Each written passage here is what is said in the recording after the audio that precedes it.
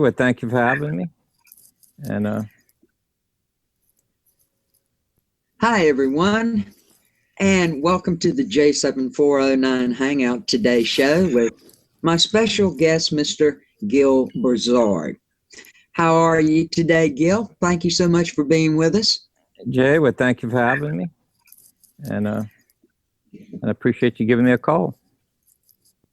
You're more than welcome. Today, folks, we've got a very intelligent man on this subject of Planet X. Let me tell you a little bit about him first before we get started. Gil is from Louisiana. He's an independent researcher. He's an amateur astronomer. He's a very knowledgeable man. We spent hours talking yesterday and enjoyed every minute of it. He's a former engineer. I believe that's right, isn't that, Gil? A former engineer? Senior engineer tech. Yeah, it's a designer for the oil and gas industry. And you have been places all around the world and talked to people about this Planet X. Is that not correct? I've been around the world as pertaining to my profession in the oil field. I started talking about this after my research got more than halfway finished, let's say. It's still going on, and that's when I started talking to people. But it's from the U.S. I've been reaching out to people. Okay, I have people today that in one segment of the program later on, I will take questions that they can ask you. Okay. So I have a question and answer thing on my screen, and when that time comes, anybody who has any questions for Mr. Broussard, you can put them up there. Okay. And today, the main thing that really is and really touches my soul, it's a part of me, is how Gil has connected this all in correlation with the Bible. Now, one question right off the bat, before we get into a lot of detail, I've even had people ask me on my promo about the show today, why do you call it Planet X7? 7X. It's whenever a person has new findings and it either contradicts what's out there, you title it in a way that whenever the subject matter is coming up, and if it's mentioned, it actually refers to the research that is being done there. Like if a lot of people will refer to Stitchion's work for the 3,600-year orbit. I'm in disagreement of that only because the data is pointing to a much shorter time span, closer to like 360 instead, but it's not a stable orbit. I just put forth the evidence that I was able to accumulate and let people make up their own mind. Sometimes people get married to information that they read, but they don't realize it's circular reasoning, that there's no hard evidence backing it. That's what I found out, and that's why I was pretty much a skeptic on the whole topic.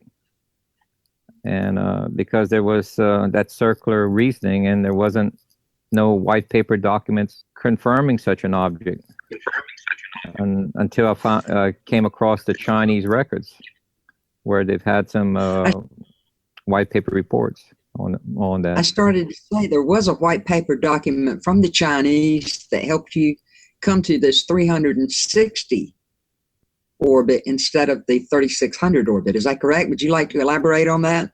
Sure, I can show them. I can show you viewers. This is the one that the Chinese records right here. The reevaluation of the Eastern and Western records of the supernova of 1054. It was done by the Dublin Institute of Advanced Studies. What that shows us, it shows us that this object came by in 1054, and it was not a supernova. Supernova does not move in multiple constellations. And after this scientific paper was written, that it can't be a supernova because they documented moving in multiple constellations. So when I did my research, I found a correlation. Let me show you here. This is the results.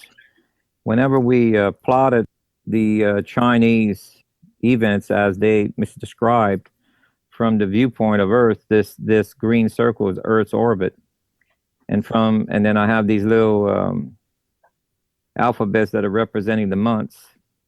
Okay, and it shows these gray lines shows their view. It's a direction of view at the time, and you can see how it correlates with a elliptical orbit. The supernova is here, so it can't be in multiple constellations if it's stationary. What's interesting is this plot we did here happened to match the biblical model of 150 days from entry right here to exit. It's between 150 and 152 days. That's like winning the lottery probably like 10 times in a row, because this object, we have it where it crosses Earth orbit twice. And that's very unusual for any object to be able to do that. This is a unique item here. Yes, it is. You know, before we dig a whole lot further, a lot of people are putting pictures up that they're getting pictures of, they're seeing two suns or this, that, and all the other, but you can't see it, right, Gil? No. Not see it. According to astronomy, the math, science here, when NASA saw it, let's see if I can find a drawing to actually show you this. When NASA saw it, about 8 years out of our solar system, it doesn't come into view for our land-based optics till about 8 years later, where it reaches Neptune's orbit, which would have been in year 2000. According to the software, it takes 16 years for this object to reach the sun from Neptune's orbit. No one has gotten a picture of this thing since that time. NASA went silent on the whole matter in December 1992. The Vatican infrared telescope went online in 1993. Since then, we have evidence that NASA sent a solar sail in the mid-90s, but there's no record of them launching it. They had built one. There's no reason for them to build one at that time, per se, because they weren't going to Mars like they say the solar sails were used for sending cargo. I believe that the solar sail was put up there to block our view. You know, Gil, speaking of the solar sail there, like you're showing us, I really don't remember the public being informed about the solar sails in any really usage way of using it until about the last 5 or 6 years ago. But they made these things back in the 1990s, and they might put a little something out here and there for the public to know, but no big deal. The general populace wouldn't know about it. So right. Very well, if they put that solar sail right in place, yes, very well, it could help hide it. I agree with you.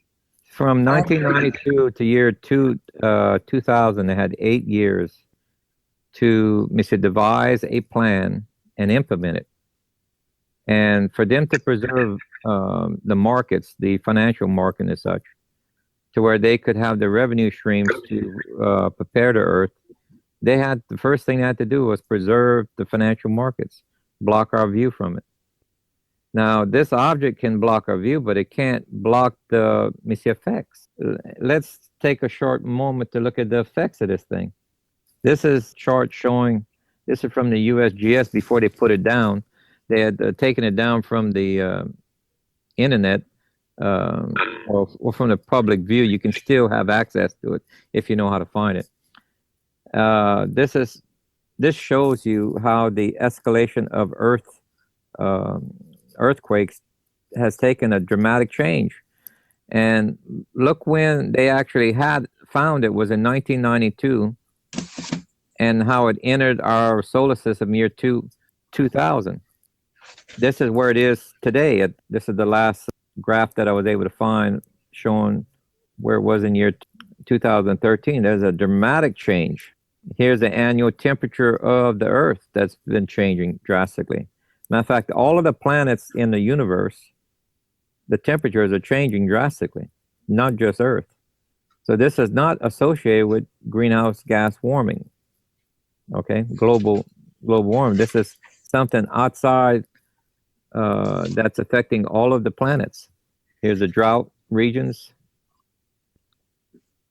Here's the natural catastrophes that are elevated. Here's the tornadoes for the U.S. That's way off the charts.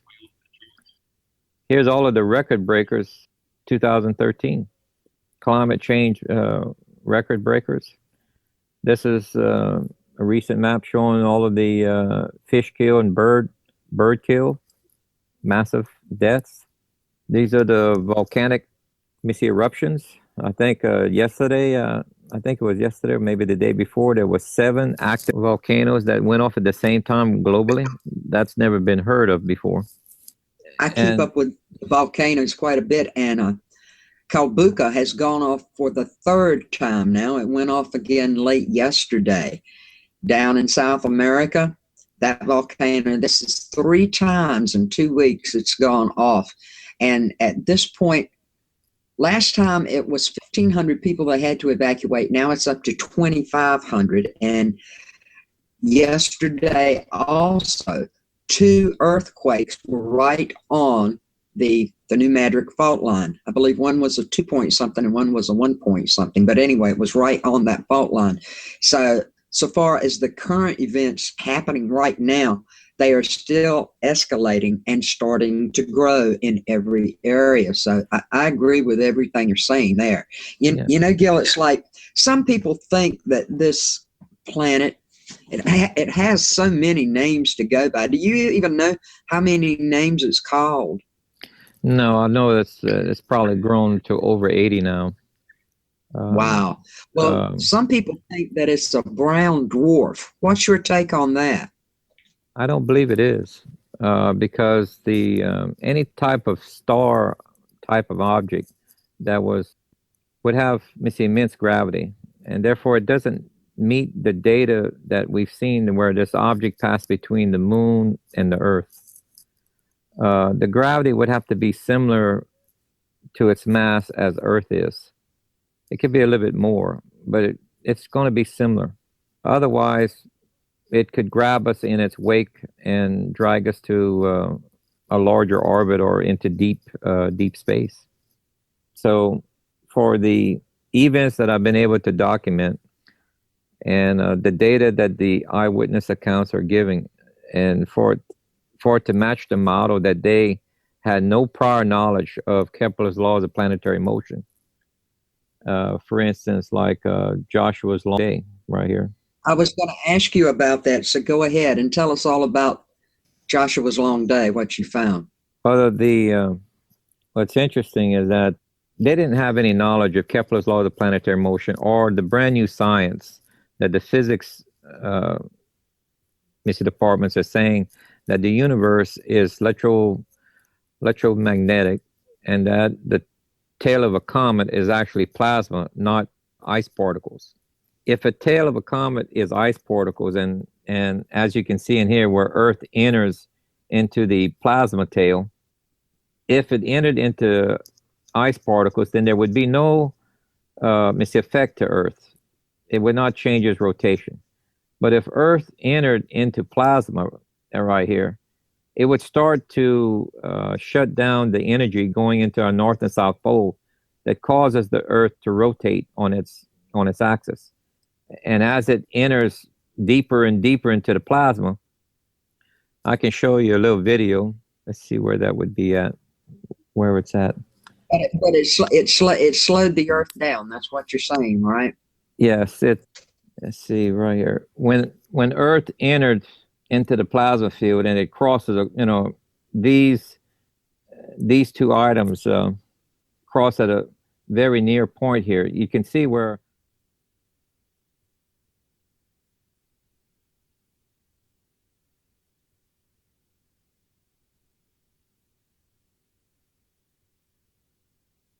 Earth's, let me zoom in a little bit, orbital path